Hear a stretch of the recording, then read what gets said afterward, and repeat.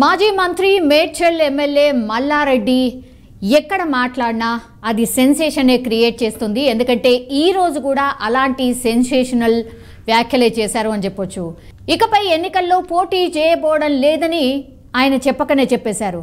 తనకు 71 ఏళ్లున్నాయి కాబట్టి ఇక ఎన్నికల్లో పోటీకి దూరంగా ఉండాలని అనుకుంటున్నట్టు ఆయన కామెంట్ చేశారు. అండ్ రాజకీయ పరంగా తనకు ఇవే చివరి 5 ఏళ్ళు అన్నటువంటి మాట కూడా చెప్పారు.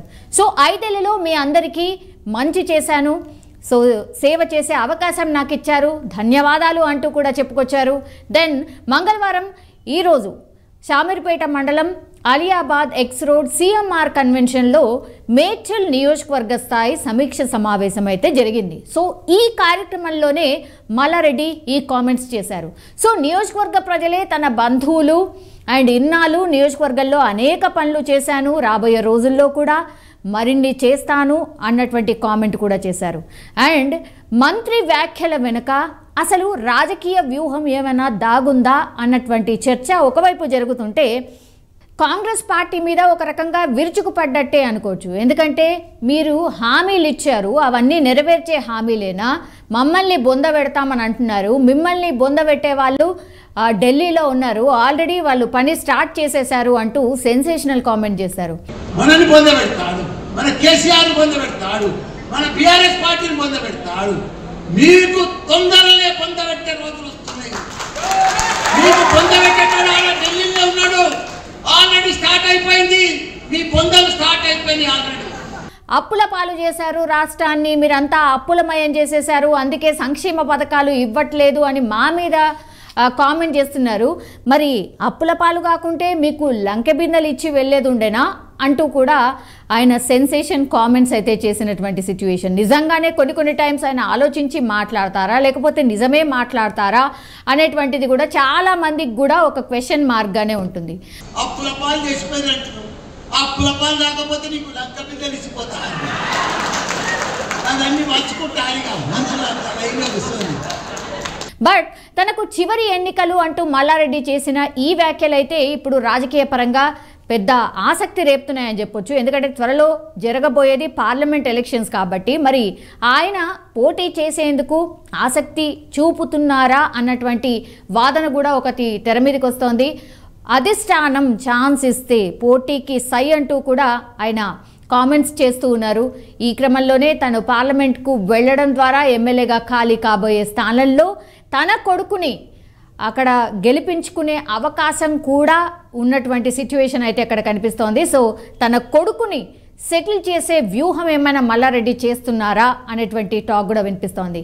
సో ఈ నేపథ్యంలోనే తాను లోక్సభకు పోటీ చేసేందుకు సిద్ధంగా ఉన్నానని, ఇవే తన చివరి ఎన్నికలు అని పరోక్షంగా పార్టీకి ఒక హింట్ ఇస్తున్నారా అన్నటువంటి చర్చ అయితే ప్రస్తుతమైతే రాజకీయ వర్గాల్లో నడుస్తోంది. మల్లారెడ్డి వ్యూహం ఎలా ఉన్నా కూడా గులాబీ అధినేత కేసీఆర్ ఆలోచన మరి ఏంటి అనేది ఒక సస్పెన్స్గా అయితే మారింది. సో ఇవే నా చివరి ఎన్నికలు, ఇక మీదట నేను పోటీ చెయ్యను అన్నటువంటి మాట చెప్తున్నారు.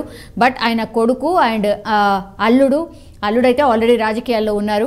మరి కొడుకును కూడా రాజకీయాల్లోకి తీసుకునే ఒక ప్రయత్నం ఏమైనా జరుగుతుందా? ఈయన పార్లమెంట్కి వెళ్ళిపోయి మరి ఆ సీట్లో ఒకవేళ ఉప ఎన్నికలు వస్తే వాళ్ళ కొడుకుకే సీట్ ఇప్పించుకొని గెలిపించుకునే ప్రయత్నం ఏమైనా జరుగుతుందా అన్నటువంటి చర్చ కూడా నడుస్తోంది. కానీ ఎప్పుడు ఏం మాట్లాడినా కూడా మల్లారెడ్డి సెన్సేషనే క్రియేట్ చేశారు కాబట్టి ఇవాళ కూడా అట్లాంటి సెన్సేషన్ క్రియేట్ చేసే కామెంట్సే చేశారు. అండ్ కాంగ్రెస్ పార్టీ మీద సెటైరిక్గా కూడా మాట్లాడారు. ఆయన ఏం మాట్లాడారు ఏంటి అనేది మీరు ఇప్పుడు చూడబోతున్నారు. మనం ఊహించలే కాంగ్రెస్ వస్తుంది, కళలో కూడా అనుకోలే, మనము వాళ్ళు అనుకోలే, మనం అనుకోలే,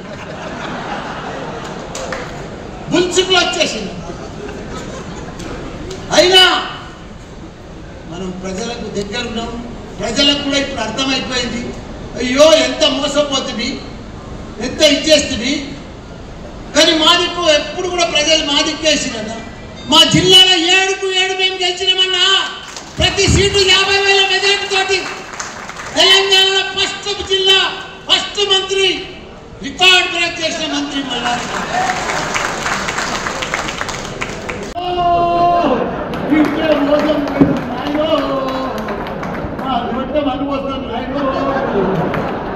కేసీఆర్ ఉన్నాక మంచిగా టక్క టక్క గల గల టింగు టింగు పైసలు టింగు లేదు ట్యాంకు లేదు. కాబట్టి వాళ్ళకి మొత్తం అర్థమైపోయింది. భారీ మెజార్టీ తోటి ప్రతి ఎలక్షన్ మేము గెలిపించుకునే బాధ్యత నాదే. మన ముందు ఏ ఎలక్షన్ వస్తే మీ ఎంపీ అన్ని రకాల కూడా ఆదుకుంటా.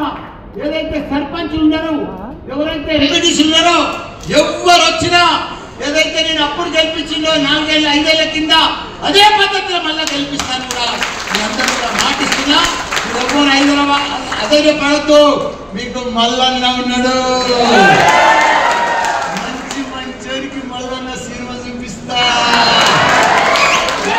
భయపడేదే లేదు. ఇదంతా టెంపరీ కాదు.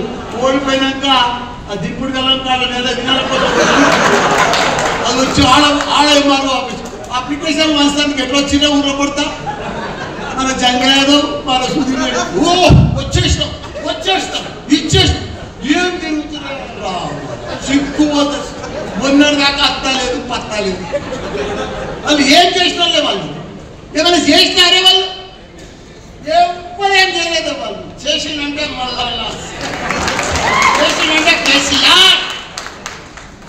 రాహుల్ గాంధీ ఒక్కడే ఆయన రెండోసారి జోడో యాత్ర పోతే మిగతా పార్టీలన్నీ జోడో యాత్రకి వెళ్ళిపోతాయి.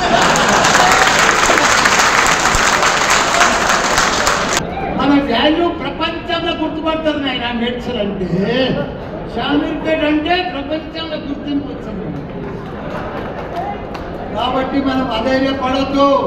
టెంపరరీ వీళ్ళంతా టెంపరరీ ప్రభుత్వం నిలబడది. వాళ్ళు వచ్చి ఇప్పుడు ఓడిపోయిన వాళ్ళు వచ్చి ఆడ కేసు పెడుతున్నారు, ఈడ కేసు. మా దర్శనాన్ని చెప్తున్నాడు అది టెంపరీ. ఒక్కటే నెల మళ్ళీ ఎంపీ ఎలక్షన్లు అయితే అలా పూడిలేని బంద్ అయిపోతుంది.